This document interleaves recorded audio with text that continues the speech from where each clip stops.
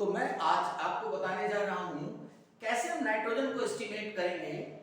Nitrogen का estimation bye जेल्डॉल method. जेल्डॉल method क्या होता है और इसे कैसे यूज करते हैं, देखिए मान लेते हैं कि हमने W ग्राम ऑर्गेनिक कंपाउंड ले लिया, कोई ऑर्गेनिक कंपाउंड W ग्राम ले लिया। अब इस W ग्राम ऑर्गेनिक कंपाउंड में कार्बन है, हाइड्रोजन है और नाइट्रोजन है। अगर हमें नाइट्रोजन का एस्टिमेशन करना है, हमें यह पता करना है कि इसके अंदर कितना नाइट्रोजन है, कितना परसेंट नाइट्रोजन है, तो हम क्या करेंगे, हम सबसे पहले इसकी रिएक्शन कराएंगे H2SO4 के साथ in presence of copper sulphate. अब H2SO4 से जब रिएक्शन कराएंगे तो जो भी इसके अंदर नाइट्रोजन होगा वो किसमें कन्वर्ट हो जाएगा, देखिए वो कन्वर्ट हो जाएगा अमोनियम सल्फेट में। किसमें कन्वर्ट हो जाएगा, अमोनियम सल्फेट में, NH4 और ट्वाइस SO4 और कुछ अमोनिया और वाटर। अब देखिए बेटा, जो ये अमोनियम सल्फेट है, इस अमोनियम सल्फेट को हमें कन्वर्ट करना है किसमें, अमोनिया में। तो ये हुआ अमोनियम सल्फेट और इसकी रिएक्शन हमने कराई NaOH के साथ। अब ये अमोनियम सल्फेट जब NaOH से रिएक्शन करेगा तो क्या बनेगा, Na2SO4, Na2SO4 यानी यहां पर 2 ले लें, अमोनिया और वाटर। यानी कहने का मतलब मेरा ये है बेटा कि हमने यहां से अमोनिया को अलग कर लिया, अमोनिया गैस के फॉर्म में अलग कर लिया। यानी जो भी नाइट्रोजन था इसको बैलेंस करना चाहेंगे आप तो कर सकते हैं, Na2SO4 2NH3, यानी यहां पर ये हुआ 8 और 2 10 हुआ 6 और ये इसको हम कर दें 2, तो यहां पर 4 और 2 6, यानी सब कुछ बैलेंस हो गया। तो यहां पर अमोनियम सल्फेट की रिएक्शन मैंने किससे कराई, NaOH से कराई। क्यों, क्योंकि मैं चाहता हूं कि जो भी नाइट्रोजन यहां है वो अमोनिया के फॉर्म में आ जाए। अब हमारे पास खास बात क्या हुई, जो भी नाइट्रोजन यहां था वो अमोनिया के फॉर्म में कन्वर्ट हो गया। पहली बात, जो भी ऑर्गेनिक कंपाउंड में नाइट्रोजन था उसको हमें अमोनिया के फॉर्म में कन्वर्ट करना है अगर हम जेडॉल मेथड को यूज करते हैं। अब ध्यान दीजिए, अब ध्यान से देखिए इस बात को कि हम ऑर्गेनिक कंपाउंड को जेडॉल मेथड से ट्रीट नहीं करेंगे। कब, जब इसके अंदर का नाइट्रोजन अमोनिया में कन्वर्ट ना हो पाए। तो देखिए अगर मान लीजिए कंपाउंड के अंदर, ऑर्गेनिक कंपाउंड के अंदर ये एजो कंपाउंड प्रेजेंट है, ऑर्गेनिक कंपाउंड में अगर एजो कंपाउंड है, इस ऑर्गेनिक कंपाउंड में अगर एजो है या NO2 है या यानी ये नाइट्रो हुआ, या नाइट्रोजन साइक्लिक कंपाउंड में है, सपोज दैट पिरीडीन। अब पिरीडीन में क्या होता है, नाइट्रोजन साइक्लिक कंपाउंड में होता है। तो साइक्लिक कंपाउंड, तो अगर एजो कंपाउंड है, अगर नाइट्रो है या नाइट्रोजन साइक्लिक स्ट्रक्चर में है, तो आप ये समझ लीजिए इसे आप जेडॉल मेथड से नहीं कर सकते।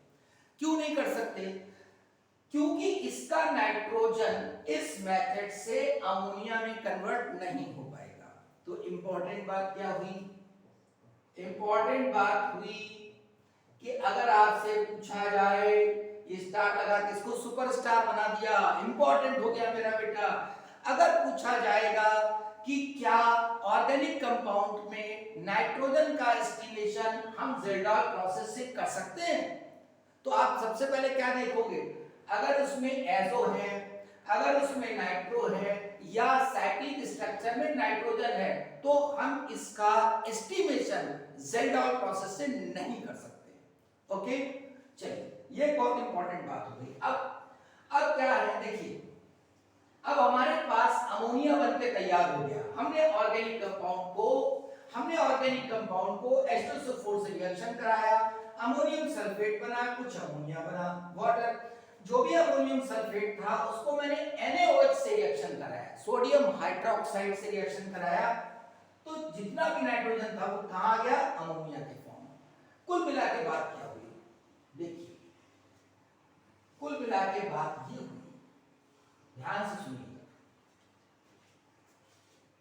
मैंने ऑर्गेनिक कंपाउंड लिया, W ग्राम ऑर्गेनिक कंपाउंड, इसमें क्या है नाइट्रोजन।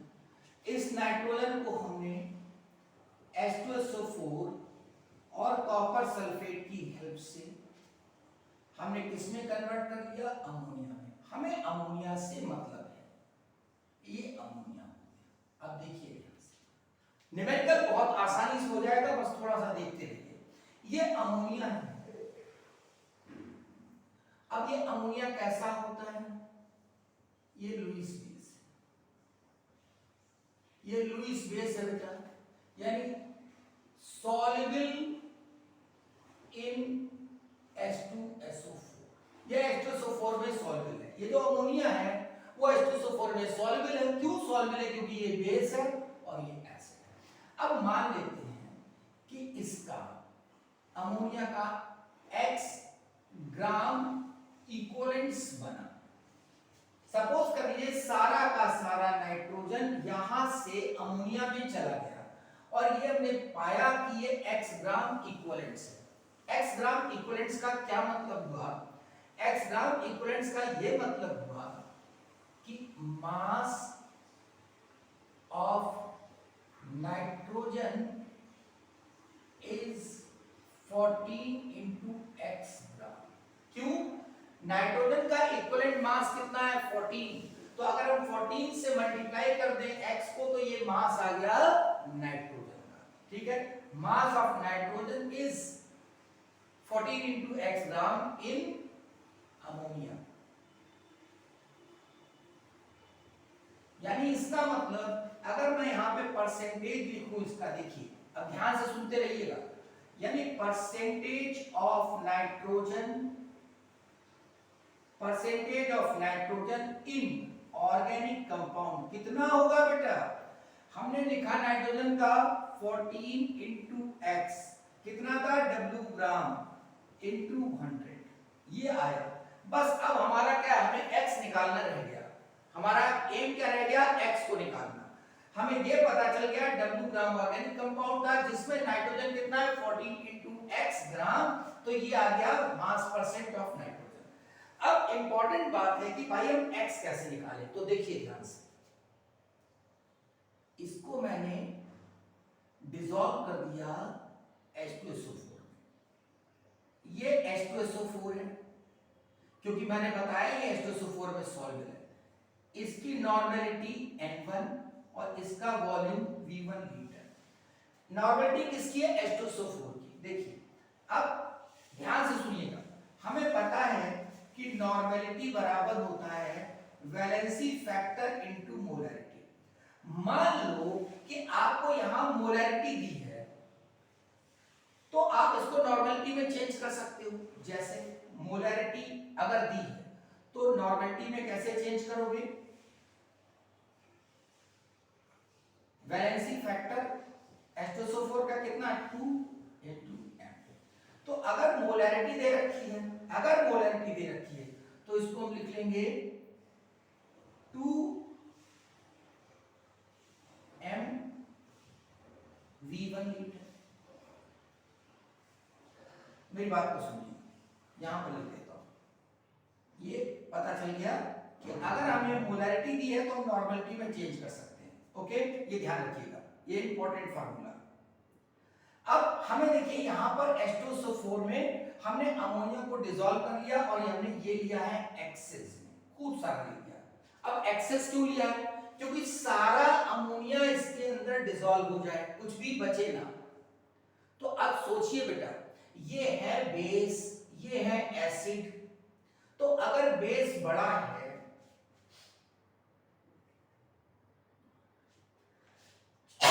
सॉरी, तो अगर मान लीजिए इक्विवेलेंस ऑफ अमोनिया बड़ा है इक्विवेलेंस ऑफ H2SO4 से, तो अब देखो क्या होगा,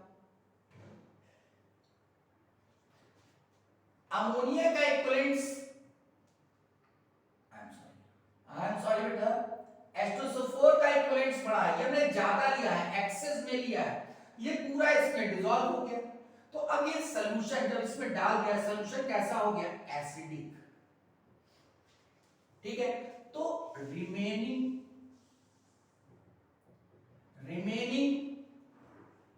इक्विवेलेंट्स ऑफ H2SO4 कितने होंगे भाई? सोचिए। अब आप सोचिए इस बात को कि अमोनिया का इक्विवेलेंट्स कितना है? X, H2SO4 का इक्विवेलेंट्स कितना है? N1 into V1। Equivalents of H2SO4 taken, जो आपने यहां पर लिया, कितना होगा? N1 into V1, ये लीटर्स में। N1 into V1 नॉर्मलिटी को वॉल्यूम से मल्टीप्लाई कर दीजिए तो इक्विवेलेंट्स आ जाएंगे। अब रिमेनिंग इक्विवेलेंट्स ऑफ H2SO4 कितना होगा? देखिए, N1 V1 ये लीटर में माइनस x ग्राम इक्विवेलेंट्स, यानी जब हमने अमोनिया को इसमें लिया तो अमोनिया ने H2SO4 के x इक्विवेलेंट्स को न्यूट्रलाइज कर दिया, तो बचे कितने? N1 V1 था H2SO4 का, उसमें से x को हटा दीजिए, ये बचा। मेरी बात समझ गए? H2SO4 का कितना लिया गया था? N1 V1 इक्विवेलेंट्स, यानी ये इक्विवेलेंट्स H2SO4 के पहले लिए गए, उसकी जब मैंने अमोनिया से रिएक्शन कराई तो x न्यूट्रलाइज हो गए, तो अब H2SO4 के बचे कितने? N1 V1 minus x। अब देखिए, अब जो बचा, क्योंकि सॉल्यूशन एसिडिक है, इसको मैंने टाइट्रेट कर दिया किससे? NaOH से। NaOH से इसका N2 नॉर्मलिटी NaOH की और V2 वॉल्यूम, ये V2 वॉल्यूम। अब देखो यहां पर क्या हुआ, जो H2SO4 बचा था, कितना बचा था? N1 V1 माइनस x, उसको हमने न्यूट्रलाइज किया NaOH के साथ। इसका मतलब left equivalents of H2SO4 is equal to used equivalents of NaOH होगा। जितना बचा था H2SO4 उसको कौन न्यूट्रलाइज करेगा? NaOH। तो देखो क्या हो जाएगा, N1 V1 माइनस x बराबर N2 V2। तो x कितना आ गया? x आ गया N2 V2, sorry N1 V1 minus N2 V2। ये x पता चल गया। अब अगर x पता चल गया, ये आपने नोट कर लिया, मैं इसको यहां से हटाता हूं, ध्यान रखिएगा इसका। तो यहां पर x पता चल गया।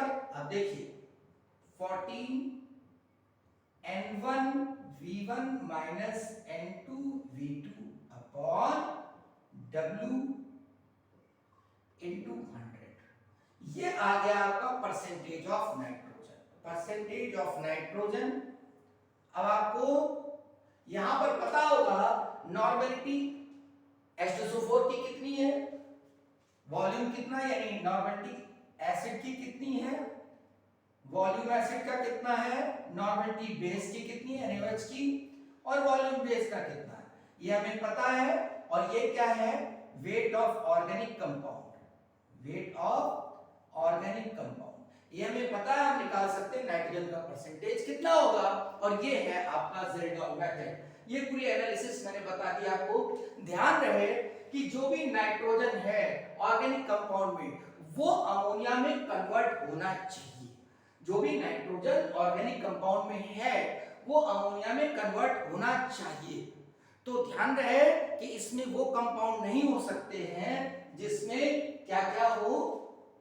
अगर एजो कंपाउंड है, ये ध्यान रख लो, तो ये नहीं देगा ज़ेल्डॉल मेथड।